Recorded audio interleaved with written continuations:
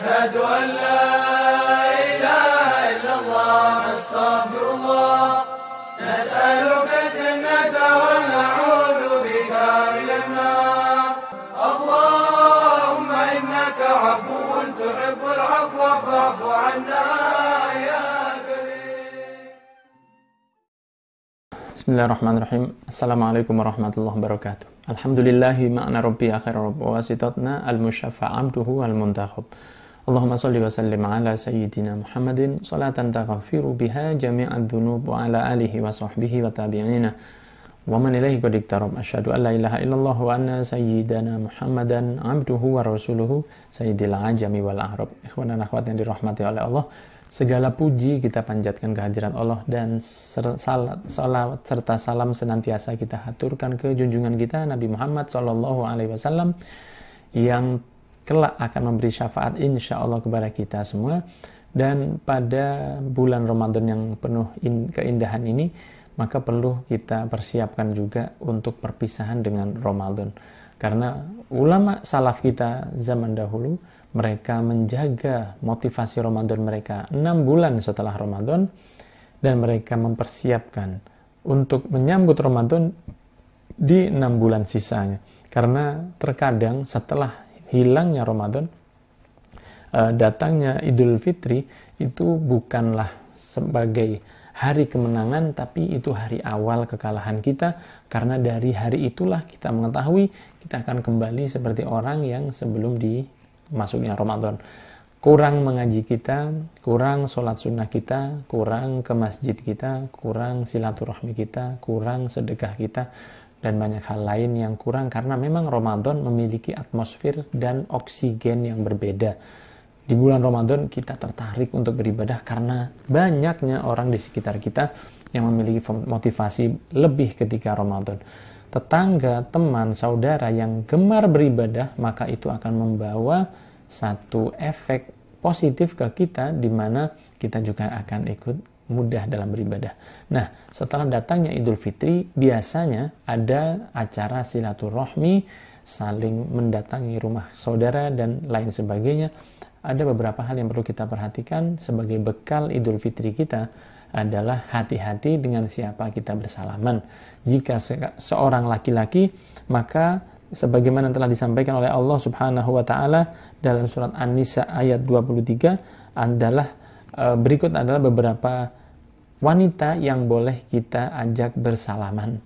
Di antaranya adalah ibu atau nenek, kemudian anak perempuan kita, saudara perempuan, istri, walaupun jika salaman kita batal, akan tetapi itu diperbolehkan. Kemudian bibi, yaitu saudara kandung dari ayah atau saudara kandung dari ibu kita.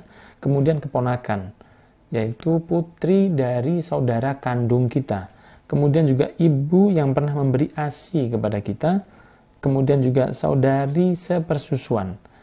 Mertua, walaupun sudah terpisah. Jika seseorang telah berpisah dengan istrinya, telah bercerai dengan istrinya, maka mertuanya tetap tidak batal jika diajak bersalaman.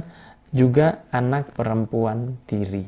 Ini adalah beberapa yang diperbolehkan untuk diajak salaman oleh seorang laki-laki. Maka bagi seorang perempuan, siapa saja yang diperbolehkan untuk diajak salaman, hati-hati, karena Rasul SAW sendiri mengatakan di dalam sebuah hadisnya, kepala kalian dipukul atau ditancepin paku dari besi itu lebih baik daripada kalian menyentuh kulit seorang wanita yang non mahram. Dan Nabi Muhammad tidak pernah menyentuh kulit wanita siapapun yang bukan mahramnya.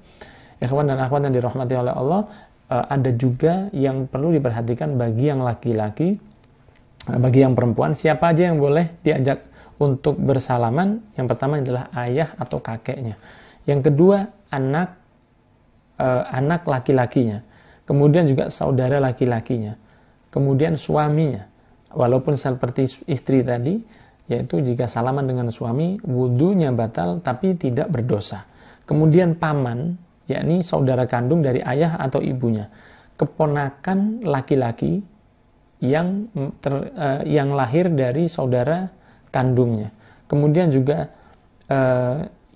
saudara sepersusuannya, kemudian mertua laki-laki, dan anak laki-laki tiri. Yang saya sampaikan ini adalah mereka yang boleh diajak bermusafahah atau bersalaman. Maka sepupu, ipar, kemudian sepupu 2 kali, saudara mertua, ini dan yang seperti itu, yang tidak seperti yang saya sampaikan, lebih-lebih tetangga yang bukan mahram dan bukan saudara, haram kita ajak bermusafahah. Mungkin kalau bertemu cukup hanya mengatakan minal aidin wal faizin, khusus laki-laki ke laki-laki, wanita ke wanita. Saya rasa tidak perlu seorang laki-laki menyapa ke wanita yang bukan mahramnya, karena itu tidak akan membawa ke ridwan Nabi Muhammad SAW. Dan biasakan untuk membawa hal-hal yang positif dalam pertemuan-pertemuan keluarga seperti itu. Jagalah aurat Anda, dan jika bersalaman saja tidak boleh dengan sepupu atau saudara ipar, maka apalagi membuka aurat seperti melepas hijab dan lain sebagainya. Ini adalah awal dari perpisahan kita dengan Ramadan. Hari pertama kita berpisah dengan Ramadan, jangan sampai kita cerai-beraikan pahala yang sudah kita laksanakan selama 1 bulan. Berhati-hatilah, insya Allah kita diberi berkah oleh Allah. Barakallahu fikum. Wassalamualaikum warahmatullahi wabarakatuh.